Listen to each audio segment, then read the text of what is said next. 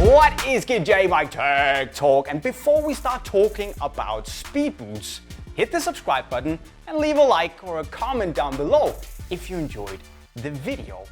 Now, today we're back at it talking about speed boots, and in the wake of the re-release of the 99-gram boot from Adidas, I wanted to discuss some of the more popular speed boots on the market and look into the big question, does weight matter?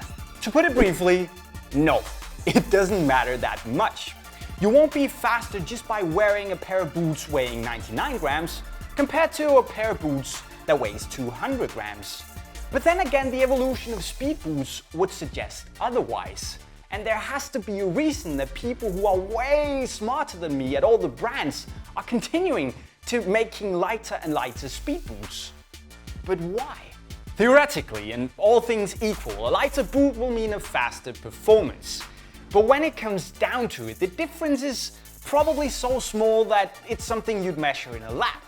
And on the pitch, other factors come into play: traction, weather, and of course, yourself. I mean, if you're slow as a turtle, wearing a featherweight boot isn't gonna turn you into a 100-meter sprinter. It could, but it'd turn you into a really bad sprinter. What's it all good for then? Why not just go with the tank that is Copa Mundial and be done with it? Well, there is one benefit as I see it, the mental benefit. Because you've probably all tried putting on a pair of lightweight boots. It's different. You feel light on your feet, on your toes, and more ready.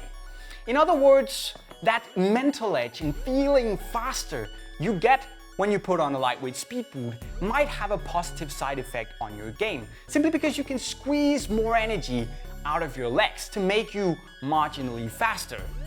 Potentially. Now, I'm no psychologist here, but it works for me. That leads me into the lightweight boots on the market and the question, which is the one and only one for you? It actually depends on you, because it depends on what you need and what you're looking for in order to feel fast. The Adidas X16 99-gram boot is literally paper thin, and it gives you a sensation of wearing absolutely nothing. But that also means that it's not for the faint of heart, because you will feel every touch, every challenge, and will experience very little lockdown.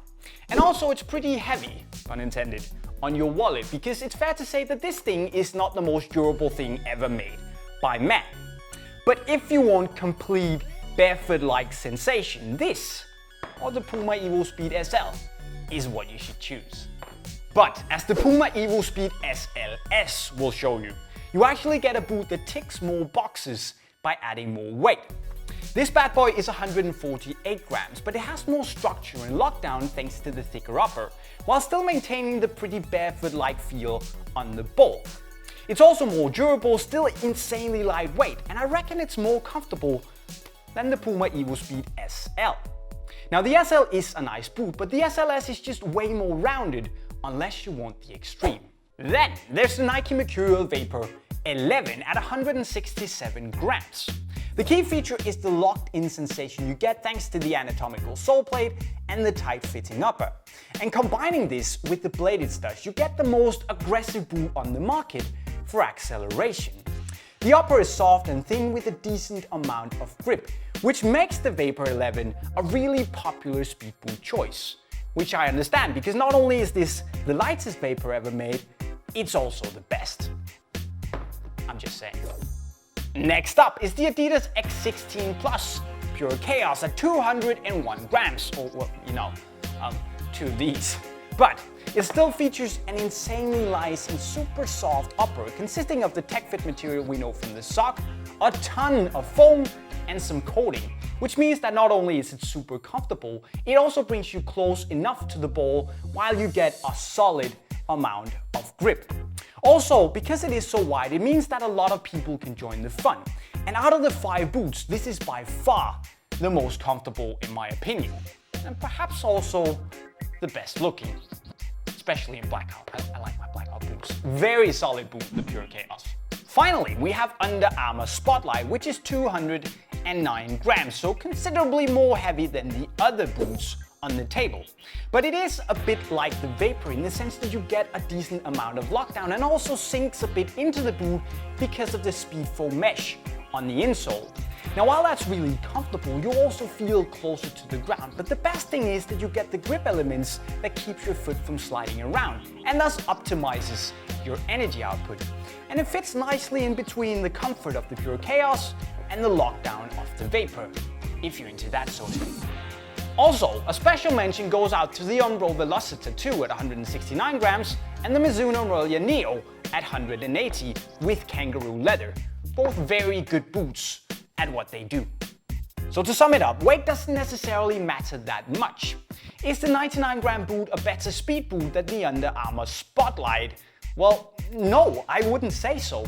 For me, a good speed boot combines lightweight, around 200 grams, with a great locked-in fit, aggressive traction, and a precise touch on the ball. And I know some people might obsess with weight, but for me, it's about the full package. So just to draw a big fat line under it once again, yes, weight does matter to some extent, but it's not the be-all, end-all factor when it comes to speed boots. And as a matter of fact, I like the heavier boots more. The Spotlight, the Purechaos, the Velociter, the Mercurial Neo 2, and especially the Vapor 11, which ticks all the boxes for me and is hands down my go-to boot at the moment. It's so good, guys. But let me know which boot you prefer and if you think weight even matters in the comment section below. Comment, questions, whatever. Don't also forget to leave the video a like and subscribe if you want more awesome tech stuff.